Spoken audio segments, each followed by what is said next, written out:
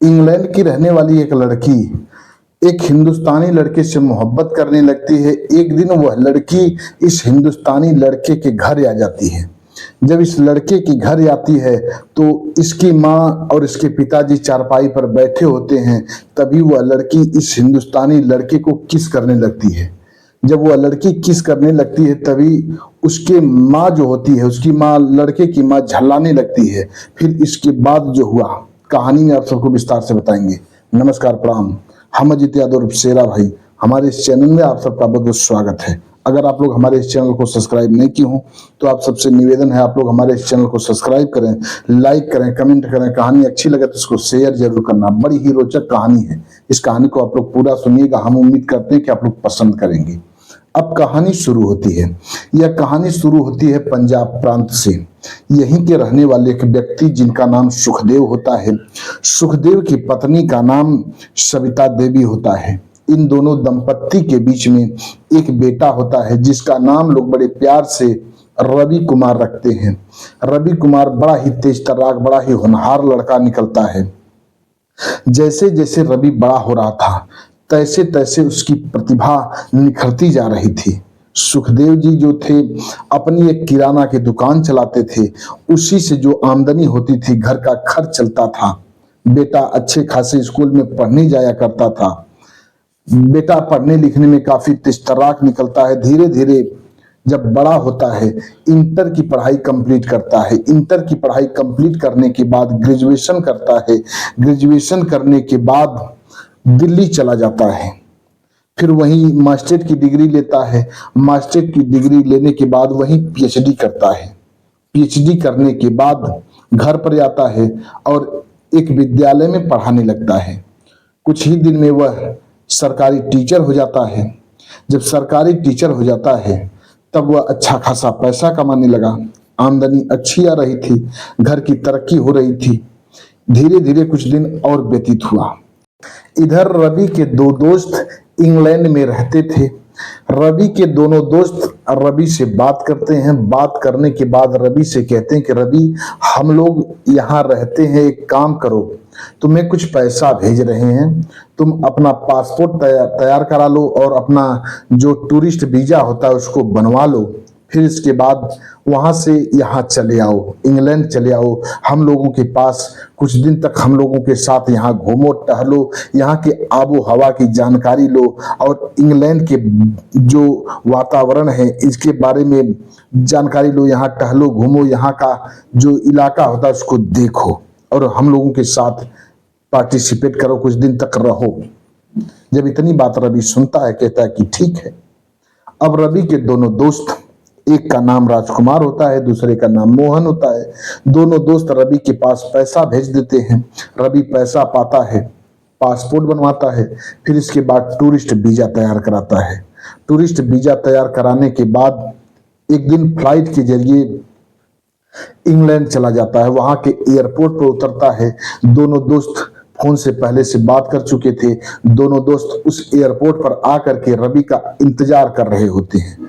जब ही एयरपोर्ट से बाहर निकलता है रवि, दोनों दोस्त अखबार में अपने दोस्त को, रवि को समेट लेते हैं। समेटने के बाद फिर इसके बाद रवि को अपने साथ लेते हैं, अपने रूम पर जाते हैं।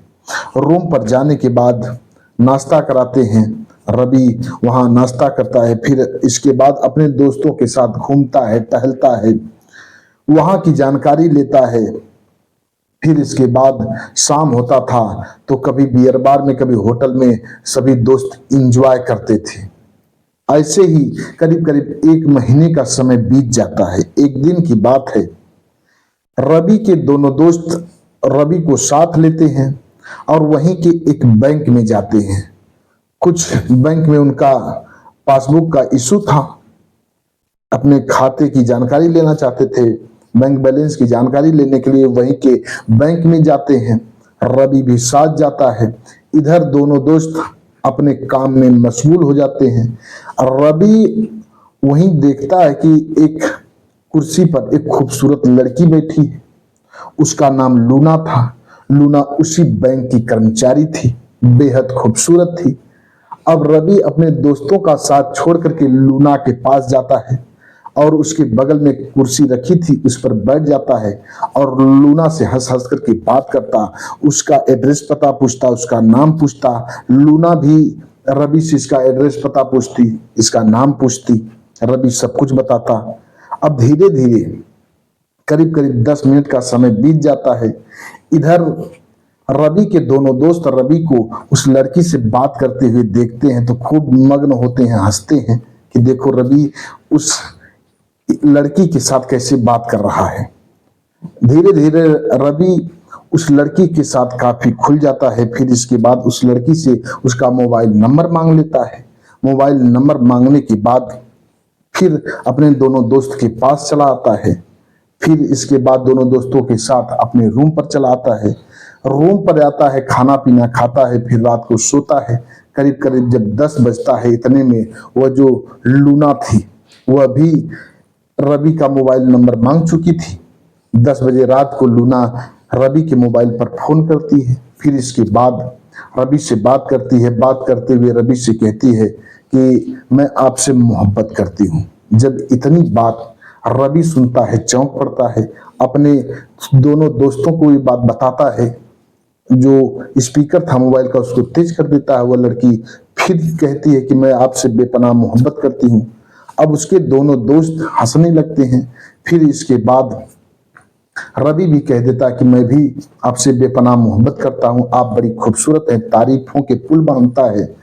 अब धीरे धीरे आधा घंटा तक उससे बात करता है लूना से। जब फोन कट करता है तब रवि के दोनों दोस्त राजकुमार और मोहन खूब हंसते हैं। कहते हैं यार तू यहाँ घूमने आया है या तू इश्कबाजी करने आया है।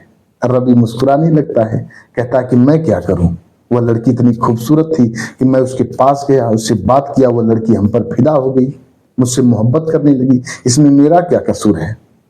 तब उसके दोनों दोस्त कहते हैं कि यार हम लोग यहाँ करीब करीब 3 साल से हैं, आज तक किसी लड़की से ढंग से बात नहीं कर पाए और तुम आते ही कौन सी मंत्र उस पर मार दिया कि वह लड़की तुम पर फिदा हो गई।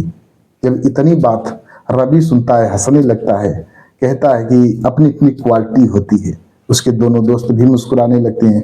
फिर इसके बाद सभी लोग सो जाते हैं। सवेरा होता है। जब वही सवेरा होता है वह लूना फिर रवि के मोबाइल पर फोन करती है। फोन करने के बाद अपने पास बुलाती है। अपने पास बुलाने के बाद बैंक से छुट्टी ले लेती है और रवि को अपने साथ घुमाती है, घुमाती टहलाती है और पूरी जानकारी देती है। रवि उसके साथ काफी घुल मिल चुका था। धीरे धीरे ऐसे ही अब उस लड़की के साथ समय निकाल करके घूमता टहलता, अपने दोस्तों के साथ नहीं घूमता। उसके दोस्त कहते यार तू हमारे पास आया था हम लोगों के साथ घूमने के लिए या उस लड़की के साथ घूमने के लिए। रवि कहता है यार घूम लेने दे, पता नहीं फिर उससे मुलाकात होगी या नहीं। अब ऐसे ही करीब करीब हफ्ते भर का और समय बीत जाता है। एक दिन लूना कहती है कि आप मेरे साथ फिजिकल रिलेशन बनाइए, हमारी इच्छा है कि कम से कम आप जब यहाँ से जाएं तो कुछ याद रह जाए। बहुत समझाती है वो लड़की और काफी फोर्स करती है रवि के साथ, रवि को संबंध बनाने के लिए, फिजिकल रिलेशन बनाने के लिए। कुछ ही देर बाद वह रवि उसकी बातों को मान जाता है और उसके साथ फिजिकल रिलेशन भी बनाने लगता है। ऐसे हफ्ते भर और समय बिताता है, उसके साथ फिजिकल रिलेशन बनाता है। फिर इसके बाद अपने दोस्तों के पास जाता है। अब उसका वीजा खत्म हो जाता है। अब वह रवि अपने घर आने की तैयारी करता है। फिर आखिरी बार लूना से मिलता है, लूना से विदा लेता है।